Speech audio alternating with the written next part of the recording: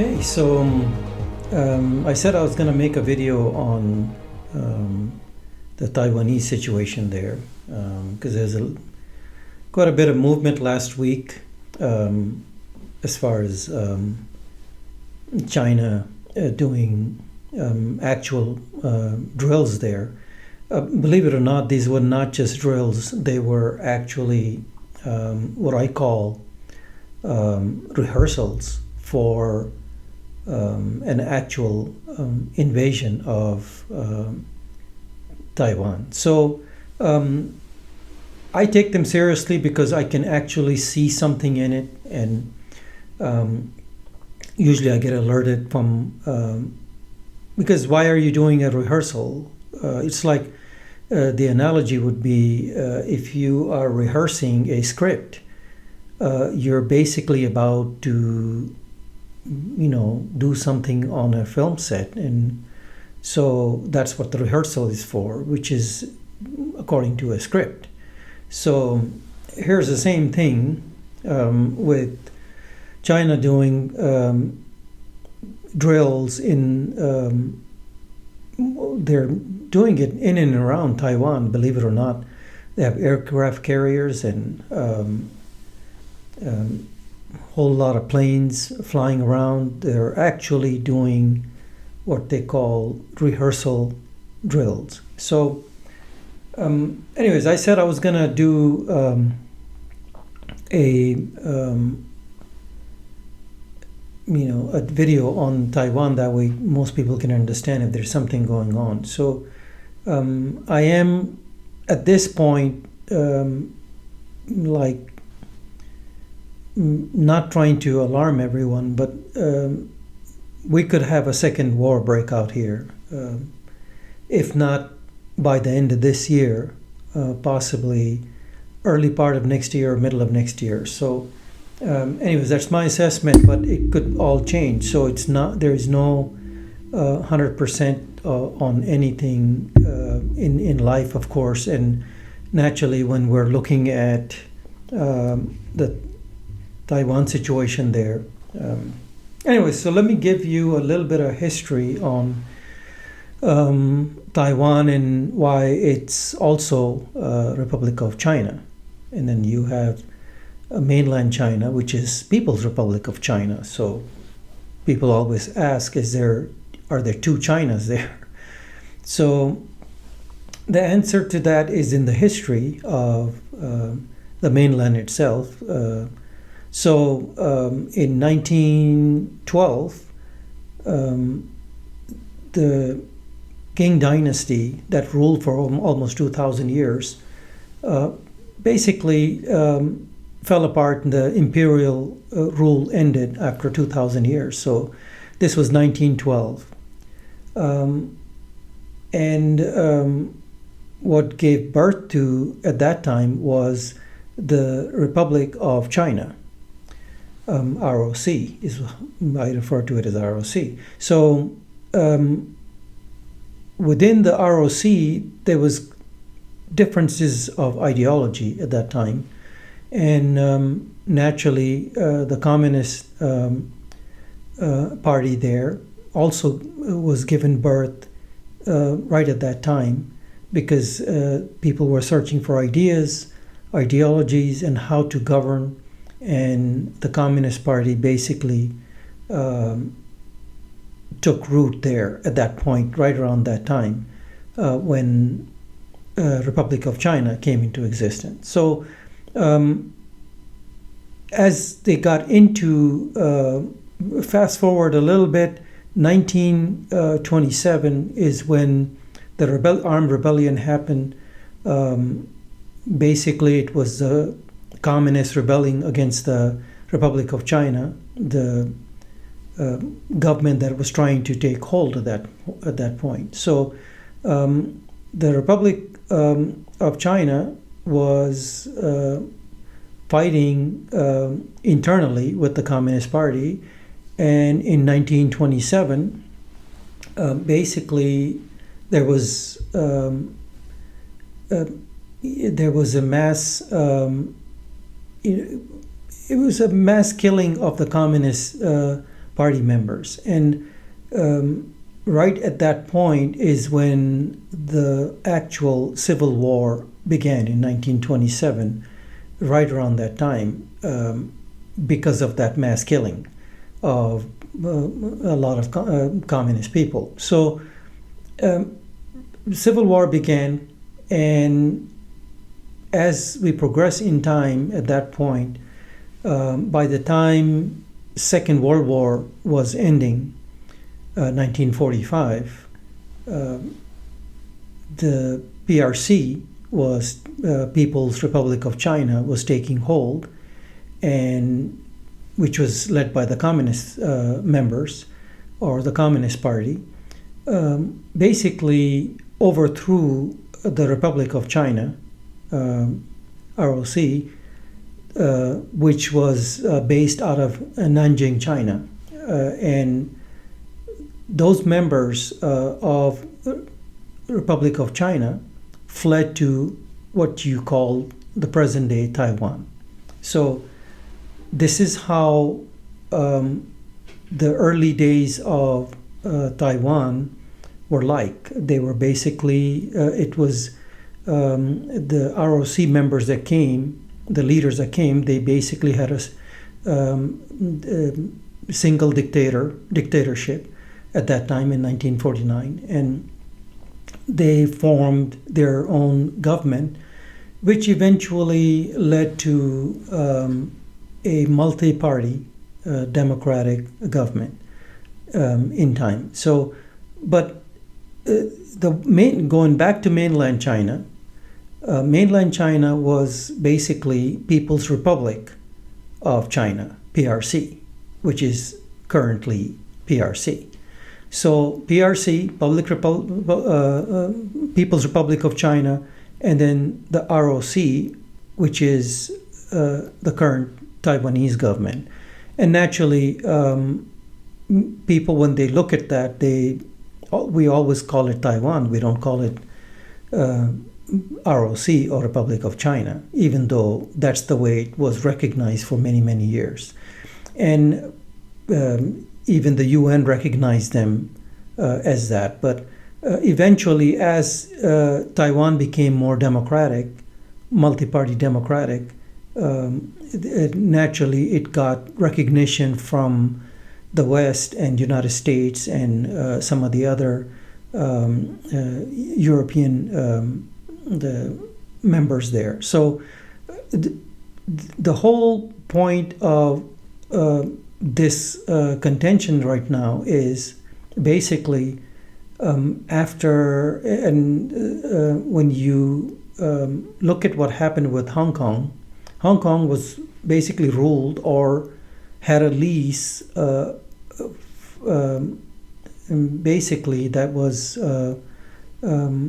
the British, former British Empire, that when before they left, they had control over it for 100 years, which was their actual lease with China. So, and once that ended, China implemented a single nation but two different system rule, which is what they call that formula.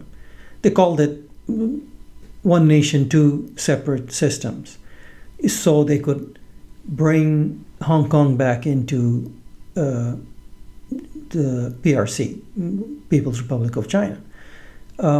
It's basically not really working as far as Hong Kong either, but the same thing that was implemented in Hong Kong, the one nation, two systems,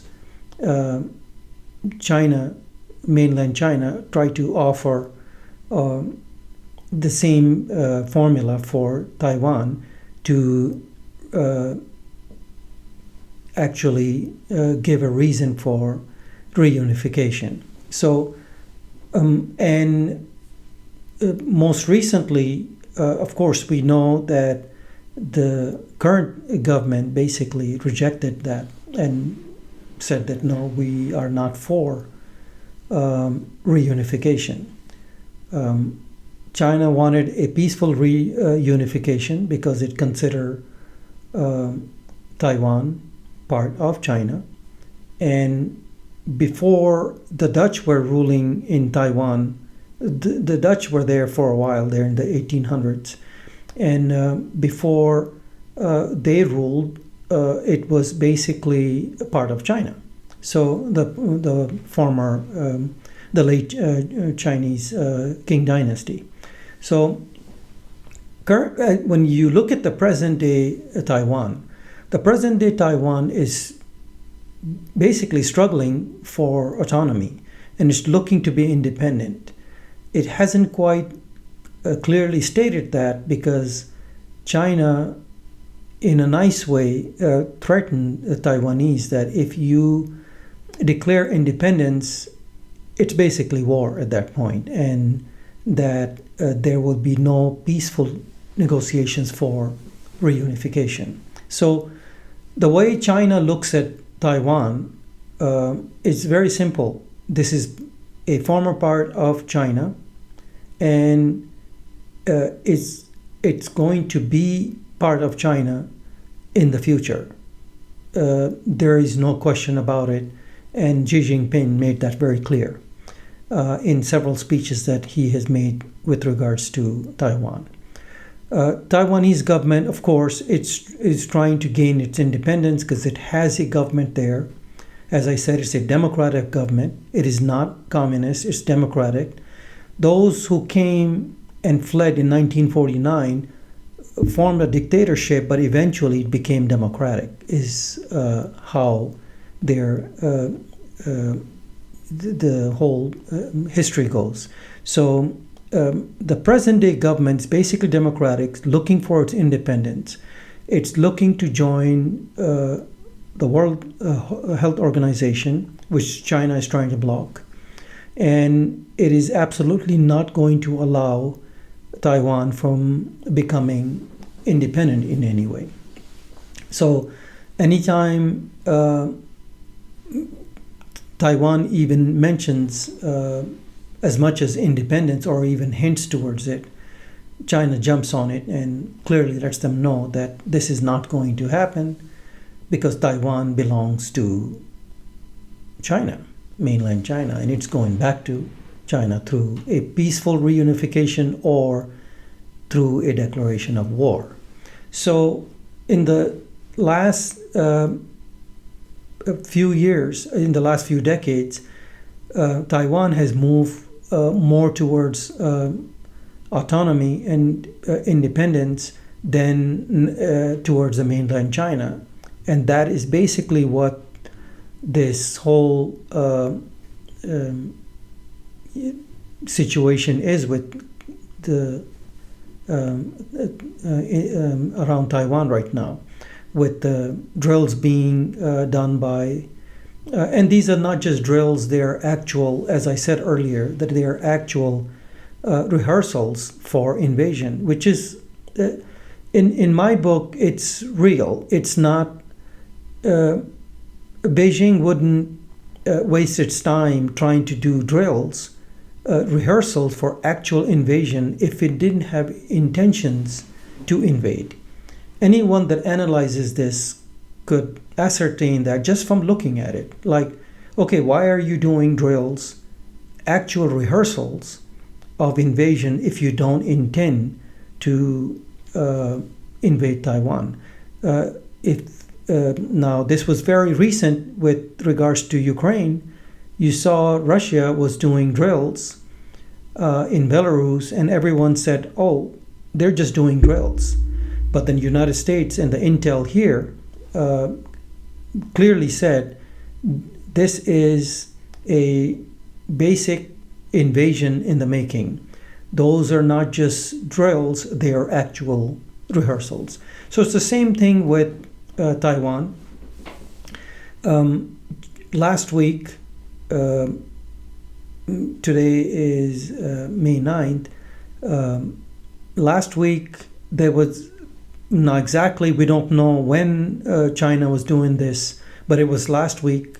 I know because I was getting my own sources telling me that, look, China is doing drills, and they're not just drills, they're actual rehearsals for invasion. So You could say that there could be a second war that breaks out because United States is not going to sit back and watch.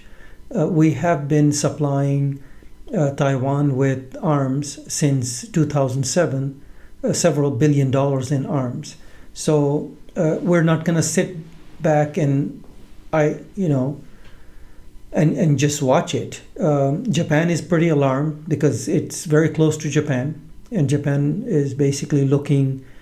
It's basically warning us that look, there's a lot of drills happening here. They're not just drills; they're actual rehearsals for invasion. So, and Japan has come forward and said that look, this looks like bad news for Taiwan because these are rehearsals for an invasion. So the whole rehearsal thing was pretty alarming when you look at the type of rehearsal China was doing and the drills. They were basically aircraft carriers in and around Taiwan, a whole lot of warplanes, and actual rehearsals for invading Taiwan. So it's imminent at some point. In my opinion, we could, if you pin me down, I would say, well, if something didn't happen by the end of this year, an invasion by China into Taiwan, then we're probably looking at early part of next year, April, May, right around this time, or middle, right in the summer months. So, and Taiwan is basically being prepared naturally. The State Department also did something that kind of gives you pause when you study that, because for the longest time it had a page on Taiwan stating that it does not recognize Taiwan's independence. Now that page came down, and basically now it's saying something quite opposite to that, that it would support more or less, I'm paraphrasing of course, that it would support an independent Taiwan and would help gain that independence if it need be. And that means if China were to invade, then United States and possibly with the help of Australians and maybe some of the European allies would supply Taiwan with a lot more arms than it actually has right now. So Taiwan is basically about a little over 150,000 active soldiers and 1.2 million in reserves. Now, that said, if there was an actual invasion, China would be looking at an asymmetric type of warfare for a while there. And China is not Russia. China may go about it in a very different way. We have yet to see what that would look like. But they would use whatever tactics they need in order to gain control of Taiwan. So fast forward, maybe in the future, within the next year, 2 years, we may be looking at a Taiwan that's basically occupied. And right now, as I'm studying the parts of the what I call pre-invasion days, it looks very similar to what other pre-invasions look like, which is what I call them pre-invasions. Like when you looked at Russia, Russia was massing troops near Ukraine. We knew that that was the invasion was about to happen, even though Russia kept saying, we're not invading anyone. We're not going to invade anyone. The West is kind of exaggerating. And we know that came out to be completely false and a complete lie. We know that Russia had full intentions to invade, and it actually invaded, and it was calling it military operation. In this case, China has basically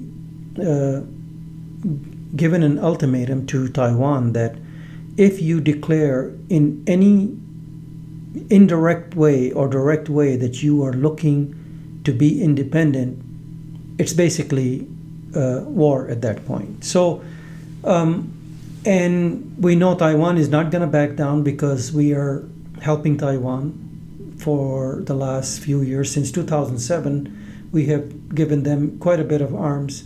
We have supplied them with several $billion in arms to defend themselves because it is a democratic nation. And the world relies heavily on the exports of Taiwan. So what are the exports? Basically, Taiwan exports computer chips in masses. So it's the largest producer and supplier of computer chips. And this is precisely why the Chinese are looking to take over. So they understand that the value of Taiwan and what China could do with access to the fabrication plants for chips that go in pretty much everything. So it's the largest supplier of that. It also has manufacturing plants for Mazda, for Ford. Ford Focus was built there. Several other vehicles were built are being built in Taiwan. So it does have quite a bit of a manufacturing structure to it. Also, it supports the manufacturing through its agriculture. So there is agriculture there, and the land is pretty fertile, and it basically supports all the manufacturing via the agriculture sector. So they have a $680 billion GDP, pushing just above 700 billion as of 2021. So this is a pretty productive nation. It is not small by any means when you look at it and think that it's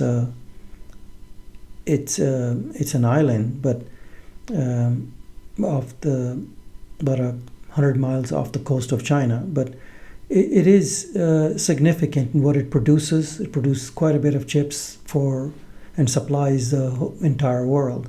Now, that is basically, when you look at it, to the global consumption, a real threat if Taiwan was to be invaded. And that's precisely why we cannot allow China to just take it over.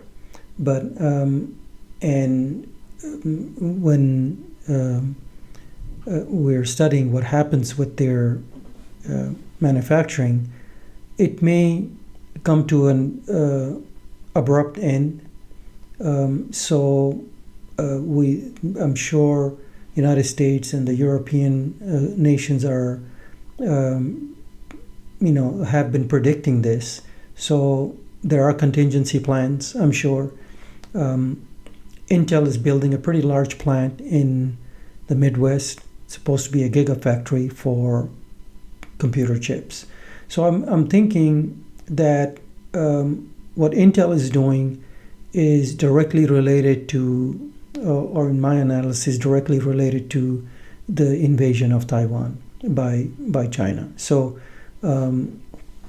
that would be our contingency plan for the manufacturing of computer chips, which is understandable because if you look at the latest shortage, all the vehicles that are made right now use computer chips, and we saw what happened there with the huge shortage and short supply of vehicles. If you went into a car lot, you could barely see any cars there because there was not enough computer chips due to the pandemic. So, and then all of a sudden people start ordering things online, and then the computer chip manufacturing plants went back into action trying to make those computer chips, but at that point it was slightly a bit late. So, and that's what the ruckus is with the short supply of computer chips that go into vehicles. So I recall just last year walked into a dealership, General Motors dealership, and there was basically no vehicles there. It looked like they were going out of business, but they weren't. Same with Ford, same with other dealerships. It's a very difficult situation when your vehicles are relying on computer chips and supplies are being threatened. So that said, that is the current situation is that China is doing drills, and it is not just doing drills, but it is actually doing what we call rehearsal drills, meaning rehearsal for invasion. Now, why would you do that if you had no intention to invade? That's how I look at it. That's my analysis on that, that this is rehearsal for an actual invasion. Now, when that happens, we have yet to see. It could be, as I said, by the end of this year, possibly next year, may even drag out to, say, middle of next year or maybe the end. Now, no one has a crystal ball and can't tell exactly when they will do this, but an invasion by mainland China on Taiwan is imminent. So I think we'll just leave it at that for now, and I'll try to report back and see if there's anything else that's brewing in the Pacific there in East Asia, and if it's something that looks like is worth reporting. At that point, I'll come up and try to give you all some update on it and see exactly what I see as happening there in East Asia. So we'll leave it at that, and thank you for watching, and we'll see you in the next one.